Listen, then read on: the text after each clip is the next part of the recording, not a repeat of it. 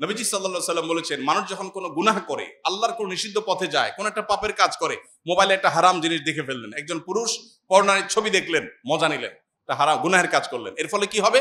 অন্তরের মধ্যে, অন্তরটা কিন্তু ফ্রেশ ছিল, এটাতে একটা দাগ পড়বে। একটা গুনাহ করলে একটা দাগ পড়ে, হাদিসে আসছে।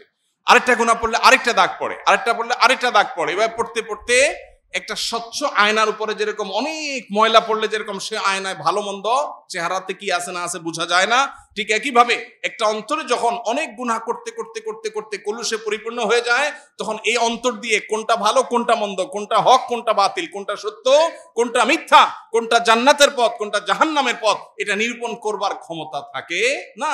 এই জন্য আমার অন্তরকে পরিশুদ্ধ করবার জন্য 1 নম্বরের কাজ হলো সকল প্রকার গুনাহ থেকে বাঁচার জন্য সর্বোচ্চ সংগ্রাম করা। এরপরে যদি গুনাহ হয়ে যায়, ওই যে অন্তরে গুনাহ হয়ে গেছে মানে দাগ পড়ে গেছে, এই দাগ রিমুভ করার জন্য উপায় আছে।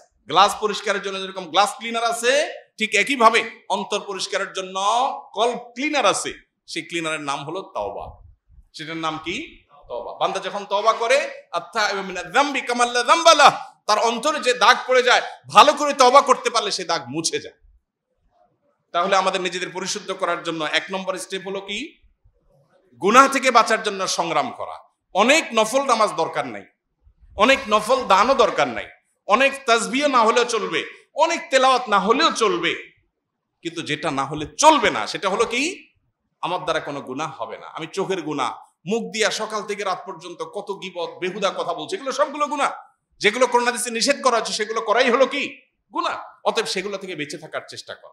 যদি কোনটা হয়ে গেছে আমি টের পাই, এই কথাটা তো বলা ঠিক হয়নি, আমার অন্যায় হয়ে গেছে, দেরি না করে সাথে সাথে রিমুভার দিয়ে সেটাকে রিমুভ করা, অর্থাৎ তওবা করা, যে আল্লাহ আমি অন্যায় করেছি আর করবো না, এটাই রিমুভার।